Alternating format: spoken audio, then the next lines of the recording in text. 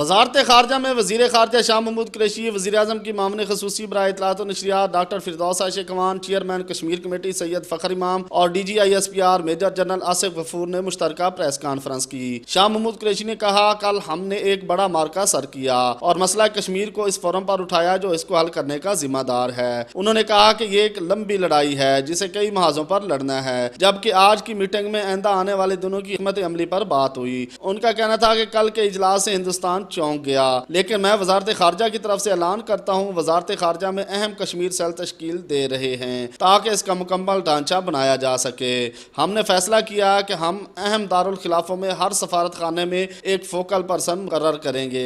Foreign office میں ہم ایک کشمیر سیل تشکیل دے رہے ہیں۔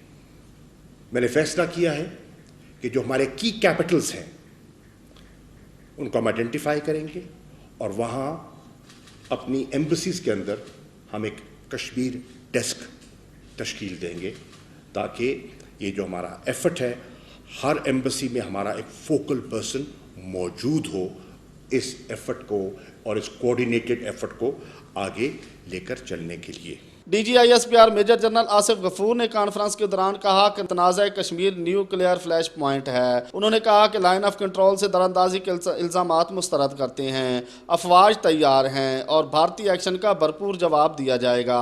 میں آپ کو یہ بتانا چاہ رہا ہوں کہ آپ کی مسلح افواج جو ہیں وہ تیار ہیں، ایل او سی کے اوپر فورسز پہلے سے بھی موجود ہیں، جتنی ضرورت تھی سیف گارڈز کے لیے ان کو ری انفورس کیا گیا ہے، اور انشاءاللہ اگر کوئی ایسا مس ایڈونچر یا اگریشن انڈین فورسز نے کرنے کی کوشش کی تو آپ کی سپورٹ سے فوج پاکستان اس کا بھرپور جواب دیں گی۔ مزید D G I S P R کا کہنا تھا کہ ہماری مغربی سرحد پر معاملات چل رہے ہیں، اس حالات میں مشرقی سرحد پر کشیدگی پر ہم نظر رکھے ہوئے ہیں، جن اقدام کی ضرورت ہوگی وہ ہم یقیناً کریں گے۔